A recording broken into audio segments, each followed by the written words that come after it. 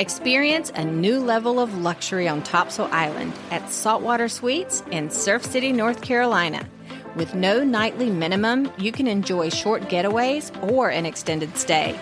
Each suite features luxury bedding, full kitchens with dining tables and dishwashers. And all suites other than the 3 ADA suites have full-size washers and dryers. And don't forget about those beautiful ocean views. 24/7 self-check-in provides a hassle-free and seamless experience. Saltwater Suites is the perfect choice for your next beach getaway. Book your next Topsail visit at saltwatertopsail.com or call 910-886-4818. Saltwater Suites, Topsail Island's premier luxury hospitality experience.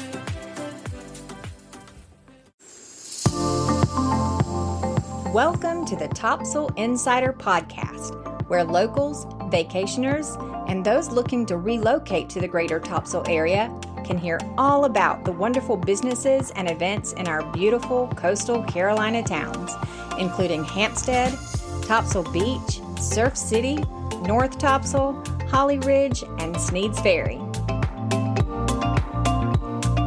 Coming up, a fascinating interview with a singer-songwriter who, after finding a great deal of success in the music industry, now calls Topsail home. Her songs can be heard in over 165 TV shows and movies and are still going strong. Stay till the end to hear a beautiful acoustical version of Ready to Rise. Hello everyone, welcome to the Topsail Insider Podcast. My name is Krista and I am your host. Today, I am interviewing Miss Vaughan Penn. She's a singer-songwriter, recording artist, and producer. Days out at 40 degrees. Nothing's gonna stop her from a day at the beach. Drive all night up at the light of dawn. Just a pot of coffee, cigarettes, and then she's gone. Hi, Vaughan. How are you doing? I am fantastic. How are you, hon? Doing great. And can you introduce me to this handsome gentleman beside you? I guess since people can't really see, we have to describe him. Oh my gosh. He is very handsome, I would have to say. He's sort of my right hand everything, my left hand everything, my muse, my promoter, my fiance, and he's just helps me find my way. What can I say? She says that now, but in private she refers to me as her Danny DeVito, and I don't even know how to take that. But it's fun to be here. We love what you're doing. This is a lot of fun. Thank you. Thank you both for being here. I really appreciate it. I just want to say that I feel kind of honored to sit here with someone who's had such a strong career in the music industry, because breaking into the entertainment industry, period, is very difficult. But you have had a lot of your original music featured in a lot of TV shows and movies. Can you tell me about that? First of all, we like to support you and your podcast, and we like to support all the locals and all the people that, you know, have businesses here in this on this island, Topsail Island, Surf City.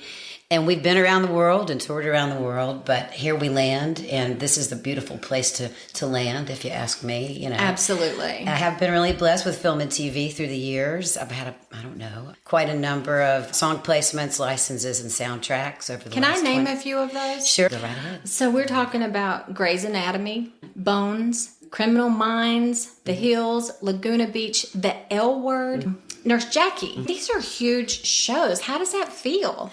First of all, I do think God is the one who brings us our opportunities, the one who also writes the songs. So we'll have to say it's all God. I got really blessed. I found one music supervisor that liked me a lot, and it was the way it branched out for me through this one music supervisor. And timing, really a timing thing. I got in at the wave with film and TV before everybody really wanted to do it. I think Lisa Loeb had a song out, I Miss You, Reality Bites. You remember that 20 years ago? I do, yeah. So when I heard that entitled song, when I heard her sing, I fell in love with her, and I went to look her up, and she didn't have a record out yet. She didn't have an album. Oh, wow. She first got this entitled deal, but then they made an album on her. But I thought, wow, I wonder if I could do something like that. So I had a little dream to try to break in through film and TV way back in the day, instead of trying to do it the standard way with a record deal and stuff. Gotcha. So I got lucky. I know that you have also opened up for some pretty big musicians. Can you talk about those a little bit? That was a God thing too. I was very blessed in a particular arena where they really liked me and they kept hiring me to open for their big acts. It was at the Cary Amphitheater. This was a while back, about 12 Where's years back. that? It's outside of Raleigh, and it's it's a beautiful venue. So I got asked to open for Huey Lewis and the News. They were so friendly and awesome on the big stage. And then I opened for Amy Mann, Voices Carry. That was a really big moment for me because I always loved her voice. And Same. Side stage on Darius Rucker and Melissa Etheridge. So I got a lot of good exposure then. And then when I did a tour with China Phillips, we opened for a lot of Christian acts like Brandon Heath. I love that. And Matt Maher.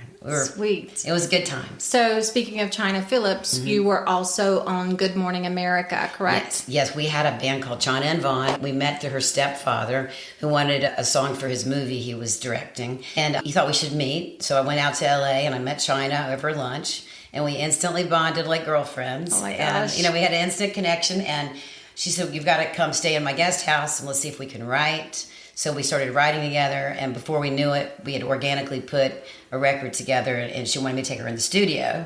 So I did. And we cut this record. Then we got this record deal with Provident Reunion Records. We went out on tour.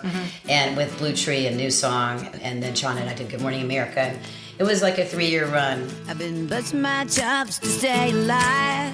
Working hard from 8 to 5 every day, and lately I've been wondering, better hurry up and slow down this pace, step out of this rat race to keep myself from stumbling. Okay, Tommy, so let's talk for a minute about how the two of you met. Sure.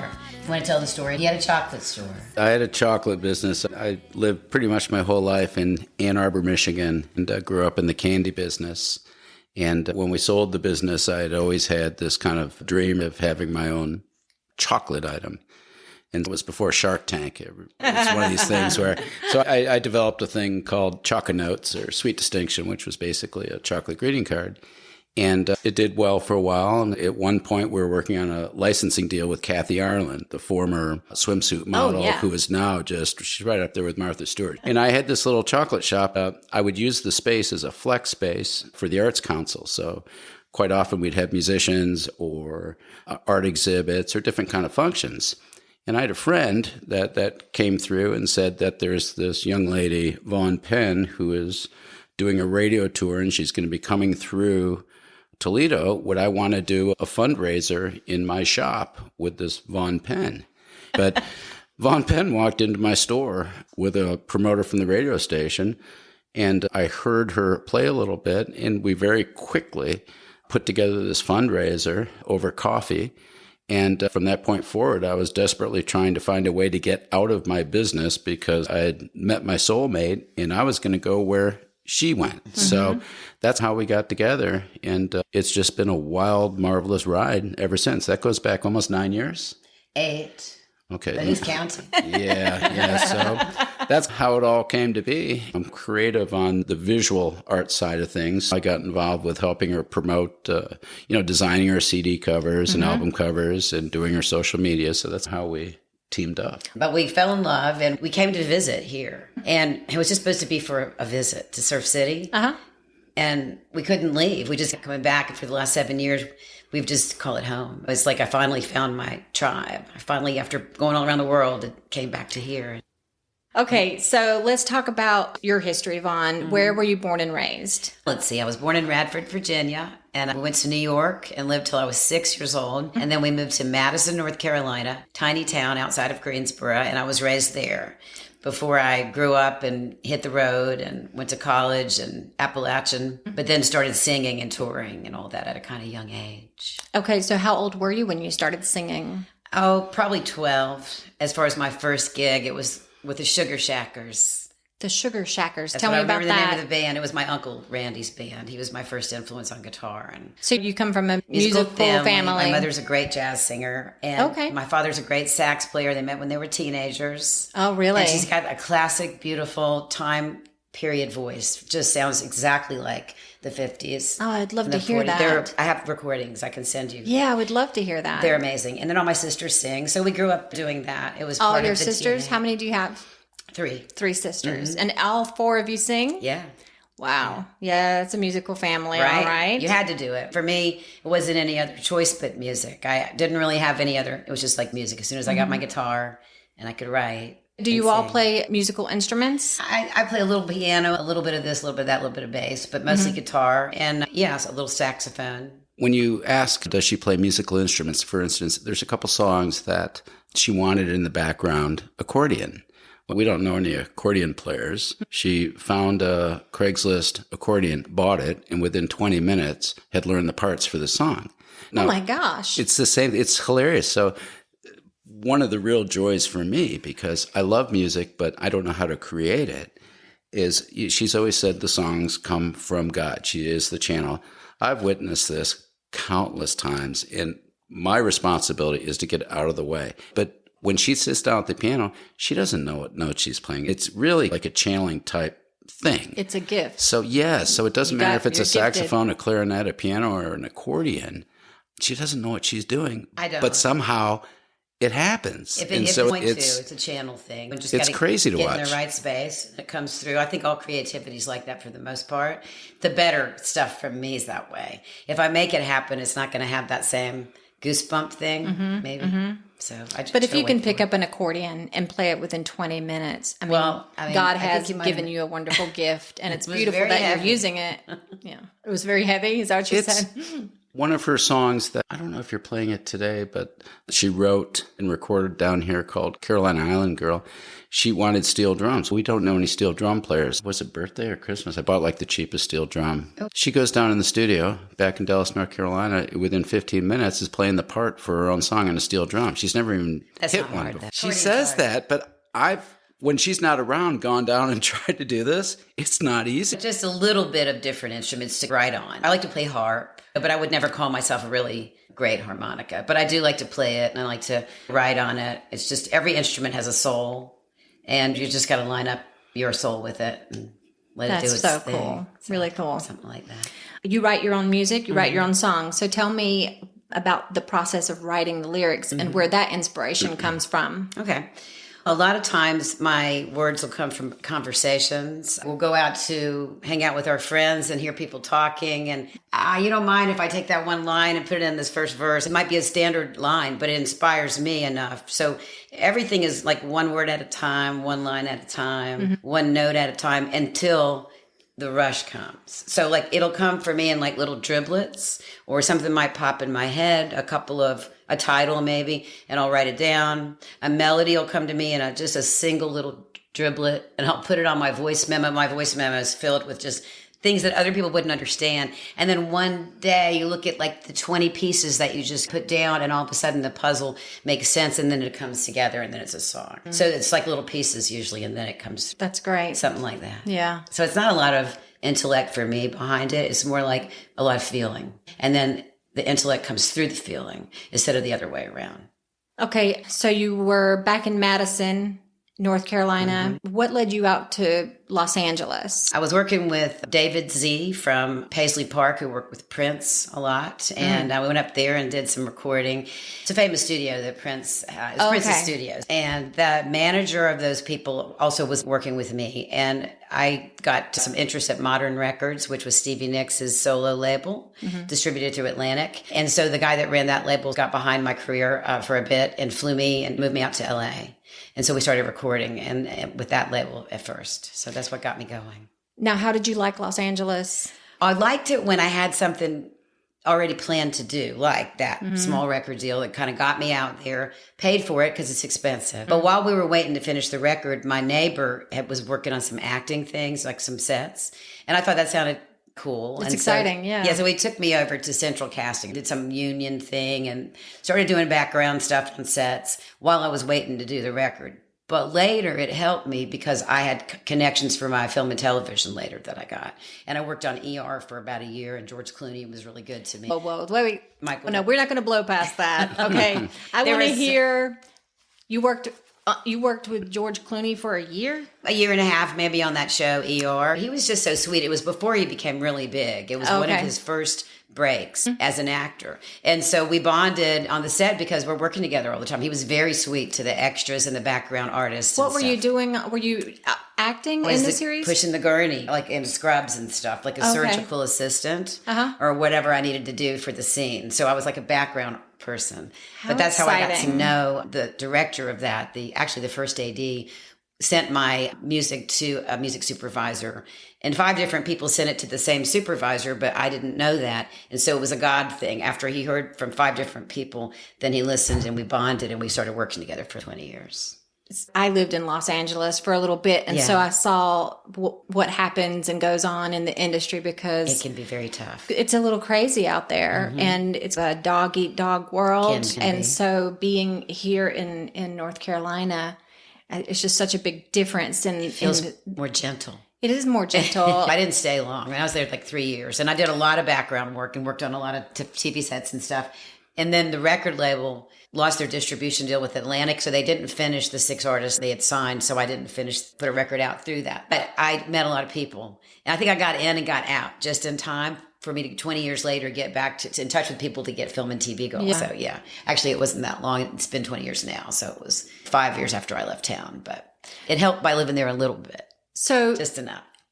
So you didn't have to get out there and get chewed up. No, I wasn't going to stay. I wasn't going to stay in the chewing. You got in, you made your connections, and you got out. That's exactly what. And there's like the hospital. Go in, get something done, and leave. Don't stay too long. So when you're here, you're still working with the same people. Yes, I am. Just actually. In a sweeter environment. Yeah, absolutely. Gotcha. The same exact connections as I made. That's amazing. That's really good. Yeah. Before we move on, I wanted to find out. So a lot of people do dream about going to a big city and trying their hand in the music industry or the entertainment industry. What advice do you have? Because we have a pretty strong film industry here in Wilmington, and I know a lot of people in there trying to break into that. What advice do you have for anyone who's looking to go in that direction? Well, these days people are lucky because we have all this digital help and you can shoot a movie on your iPad or your phone. So it's a different world. But I've always believed in create yourself, own your own thing. So I was advised a long time ago to own my own masters in publishing.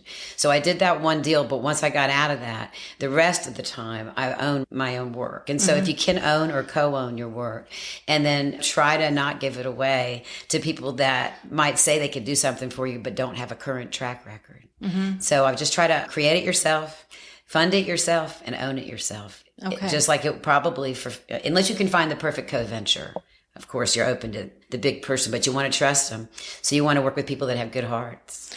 You got to do your due diligence and trust, and then check people out. Do they have current track records?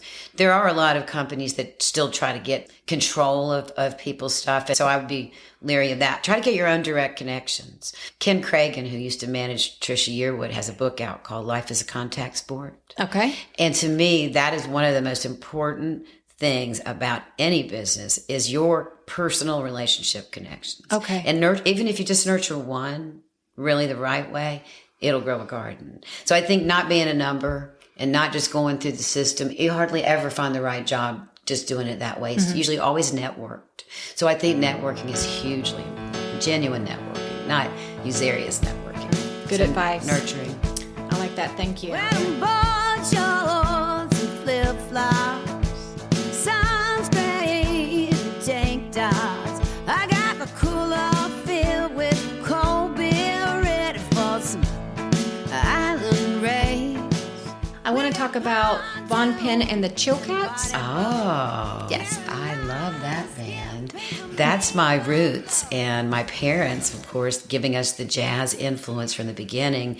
My soul also resonates singing jazz music like my mom. I heard you online as I was looking you up, and it was really beautiful music. Thank you. Really beautiful. When I get the opportunity to do that, it reminds me of the way I was raised. It takes me back to my roots. It's full circle, and it's my grown-up side. Not my flip-flop and tank top, but my high heels and party dress. Yes. Because it's important to have both sides in life. Absolutely. Your yin and your yang of music. What were you going to say?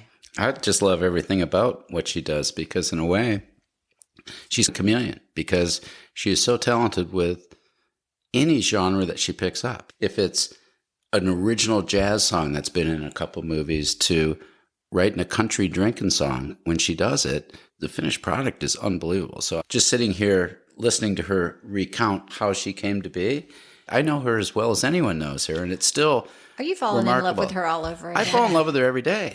And you know what?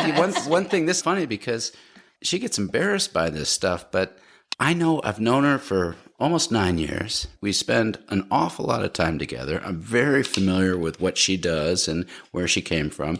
And almost every day I discover another nugget. Oh, really? You were in episode 3, season 2 of Seinfeld? Huh. So then I go online and I find it. And there's the clip. It was Frasier too. Oh, yeah. Because Miles hit on you as he was coming It into was the a little restaurant. tiny itsy bitsy part. Right. Itsy bitsy. So part Very of the fun stuff with this, because she's like the Forrest Gump of indie artists, because it's almost unbelievable all these things that she's done. And like to find her in the movie Nutty Professor for 5 minutes laughing at the jokes and the comedy. It's just, Really? it's fun. Really? So she's embarrassed about this stuff, but it's fun to see everything that she's done. It's unbelievable.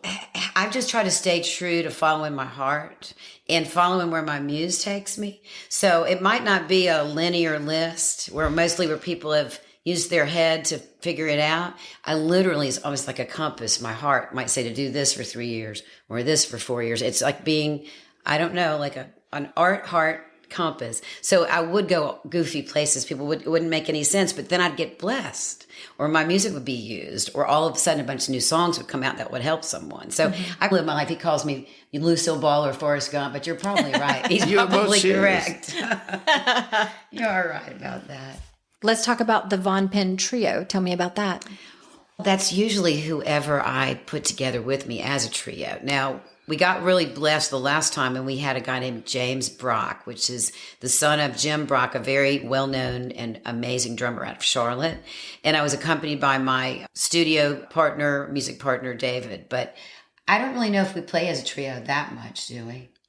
Depends on what configuration. Right here at the beach, there's a young lady that lives on the island named Holly Fusilli. And for a time, she was David Allan Coe's touring drummer. Yeah. And she's just this kind of cool She's great, chick. yeah. And occasionally they'll do a trio thing down here where I guess you call it Surf City Queens, where it's Kim Chase on saxophone, it's Holly Fusilli on cajon, and it's Vaughan doing the guitar harmonica vocals. So we do that. And it's unique on the island because it's 3 chicks and they're doing this fun music. So I like that's that. one of the versions of the trio. That's right. That is a trio that we do sometimes. It's refined in a very unrefined way. It's very Surf City. I like the way you just put it. Right. And what about Meeper's Music Records? Yeah, that was my favorite kitty cat before I had 2 other favorite kitty cats. Her name was Gracie Meepers, and she influenced my label. And we had to put, I guess I had something in Kicking and Screaming, Will Ferrell's movie.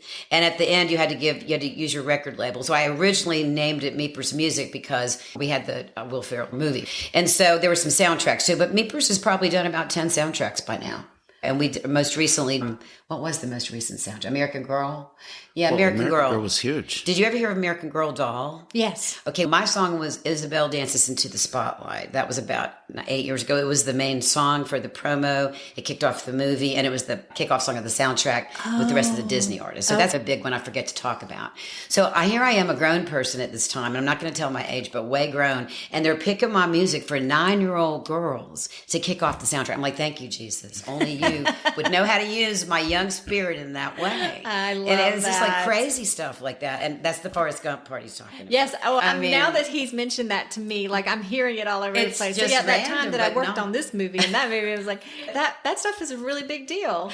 It's not random, but it seems random, but it's So not. this sort of stuff is just kooky because then, like in 2016, there was an Oscar-winning film called The Big Short, and it was about the financial collapse and it had Brad Pitt. It was a blockbuster deal. They selected one of her songs to put right in between Led Zeppelin and Metallica. Unbelievable. So right in between, Yeah, there's you're this right. sweet little It's really Vaughan. short. But here's the thing: It got it's cut. not real prominent in the movie, but forever she's paid royalties in perpetuity, and it's because she owns her publishing.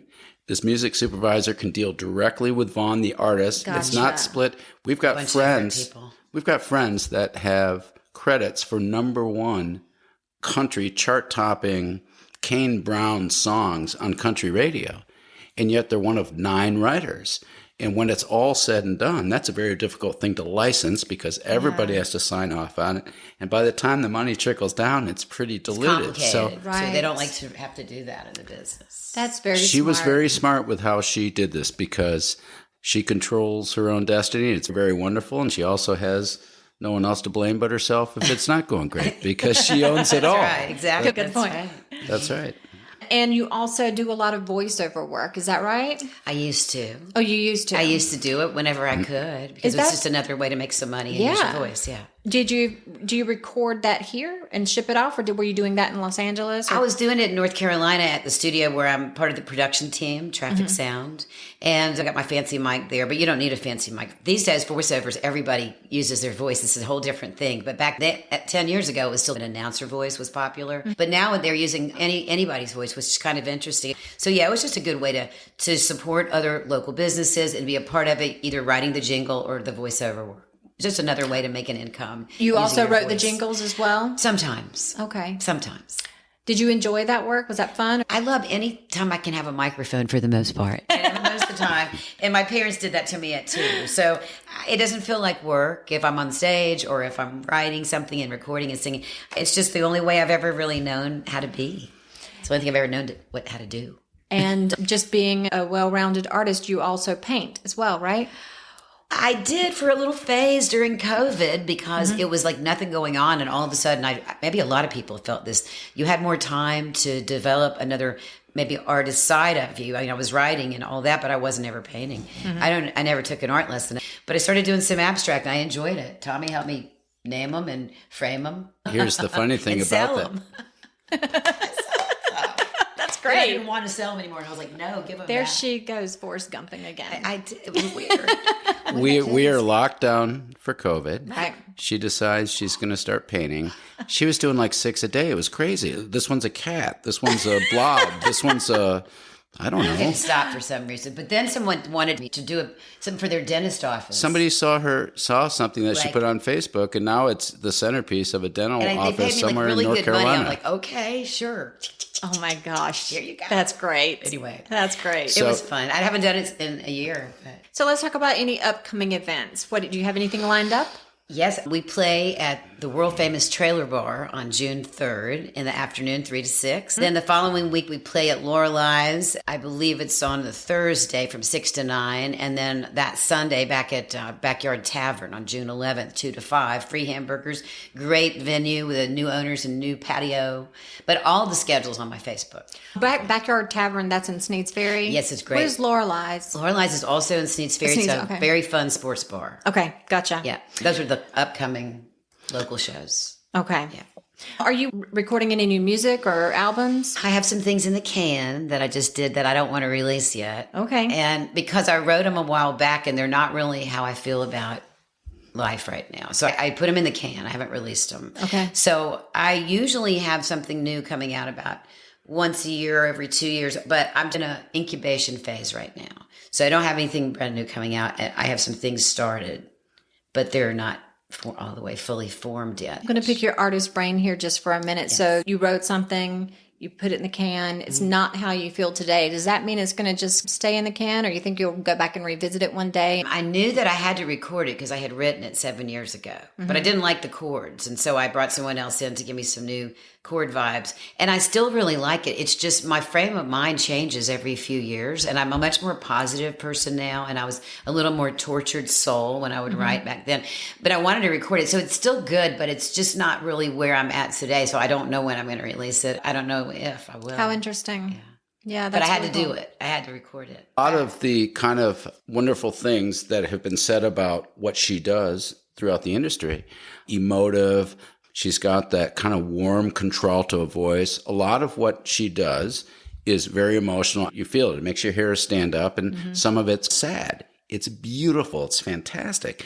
But since having come to the beach, it's tank tops and flip flops. It's since I met Tom. Yeah, so You started making me laugh. it's like she went from a All the minor time. key to a major key kind of thing. I never laughed before you. I just cried all the time. It's true. That's a slight exaggeration. No, it's not. but- No, it's not. No. I won't tell him about the self-portrait you helped me with. How do you mute this? No, That was the nude portrait he helped me with. No, it's true. I don't even know how to it's respond not true. to that. This is absolutely not true. This is It not is true. so true. Okay. I was wondering if you might play a little bit for me. This is her newest guitar, and it's a 61. It's a 61. Go all the way back to 1961. 1948. She only Oh, plays really? all the other musicians. Of course, they're not into the vintage stuff because they're very expensive and tough to keep alive, especially in the salt air. But it's all yeah. she will play is this crazy old stuff. So Living on Island Time, of course, is all about living here. This song right here is the song that ended up being my bread and butter song. Oh, really? Grey's Anatomy. And it started out in Grey's Anatomy. Yeah. But it's the one that got used for all the promo songs for the Showtime shows. But mostly I wrote it for a friend who was feeling down. And it was really just intended to make her feel better. And it was one of those songs that I felt coming on. And I really just wrote it in like 10 minutes. Oh, wow.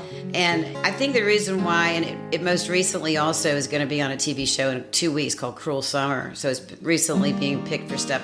And I know what I think it's the message. Because it's a song about not letting your circumstances define you and hold you back. And it's a song about getting up and showing up and then letting God meet you where you are. It's about seeing the glass half full and not half empty. And it's turned into a rock anthem, so I guess that's why God keeps using it, because I wrote the song 20 years ago. Oh. I'll just play a little piece of it, but let's see, it goes like this. Rise up off the ground where you lay. You've been laying there so long that you just about have forgotten how to live your life. Well, you can't find where you belong, no. Can't find where you fit in. Don't you think it's time you gave your life a chance again? You're ready, ready to rise, you're ready, ready to rise, you're ready, ready to rise, you're ready to rise, ready to rise, ready to go. You've been watching your life like a movie show. You're ready to rock, ready to roll, break it down and take it real slow. So that's like the first half of it. Beautiful. It's called Ready to Rise. And that one you said was just chosen to be on Cruel Summer. Cruel Summer. It's a Freeform. Is that the network Freeform, Tommy? I believe it's NBC, Disney, Freeform. And it's kicked off a streaming. lot of shows on Laguna Beach, on MTV, ABC's Wildfire. It's been on a couple of movies in Europe. It's been on the Showtime promo for Nurse Jackie and L Word and Weeds of Californication. Then it's been the Grey's Anatomy song and some other things. And I don't know why, but it keeps getting picked. So it has to be the message. I think it feel is. so honored that you can sit here with me today and play that for the podcast. Thank you so much. Well, you're welcome. That's I the way it really was love written. And then when you play the full produced version, you can hear the difference because it's a gigantic difference. But I like to hear songs unplugged. And when I play around town, I just play unplugged the way they were written organically. I'm stripped so down. lucky right now. Like, honestly, I could We're cry. lucky ones. Okay. Gosh, really thank you You're from the welcome. bottom of my heart. Oh, yeah. So, any final thoughts from either one of you? What do you want the listeners to know about Vaughan Penn? Oh, just how much I love them and how much I love the people that come out to the shows, that connect with us, that we try to make the shows, and Tommy's such a big part of it, a place that you can come and count on a hug. You can count on some love and you got to come out. So I will. We like to add people to our tribe, and we think of that. So I think support local, everyone. It's so important. Support each other's business, whatever that is. And that's it. But thank you for supporting my music and our thing. My pleasure. 100% my pleasure. Thank you. I want to tell everyone how to contact Vaughan Penn. You can find and follow Vaughan Penn on Facebook and Instagram. Her website gets a lot of traffic, and that's vaughanpenn.com. Let's spell Vaughan. Some people may not know how to spell that. VAUGHANPENN.com. And what is the email address? vaughanpenn@yahoo.com. vaughanpenn@yahoo.com. So thank you, Tommy. Thank you, Vaughan. I appreciate it so much. And thank you, listeners. Thank you so much. Thank you very much. And I will tell you, This is the best podcast studio I've ever been in. Ever. There's a puppy know, in right? a 4-poster bed. Yeah. It's perfect. Adorable. You're So professional here. It is. Yeah. good. We support you. Thank And you very much. Congratulations on your podcast. I just want to you. say, I had to pull him into the bedroom. Like, She did. wait, that sounded really bad. It's set What I up meant to nice. say was there was problems in another room I was having, so we set up a very makeshift studio today in my bedroom. It's But perfect, It's and you're doing a perfect, great puppy. job. Thank you. Thank you, listeners. Thank you so much for joining us, and thanks again, Vaughan and Tommy. I appreciate it. Thank you. Rise up off the ground where you lay. You've been laying there so long. You just about have forgotten how to live your life. Well, you can't find where you belong. No, you can't find where you fit in. Don't you think it's time you gave your life a chance again? You're ready to rise. You're ready to rise. You're ready to rise. You're ready to rise. You're ready to rise. You're ready to rise. You're ready to rise. You're ready to rise. Hey, thank you for joining me today on Topsail Insider. If you liked today's episode, please hit the follow or subscribe button so that you can get the Topsail Insider podcast delivered automatically to whichever podcast platform you're listening on. And if you're a business owner and you wish to set up a pre-interview or you want to advertise, please email me at topsailinsider@gmail.com. Please also find and like the Topsail Insider Facebook page. I provide links to the new podcast there each week, as well as providing photos of the businesses that I'm highlighting, along with any of their upcoming events. So hey, let's do this again next week. I'll see you around Topsail. Ready to roll.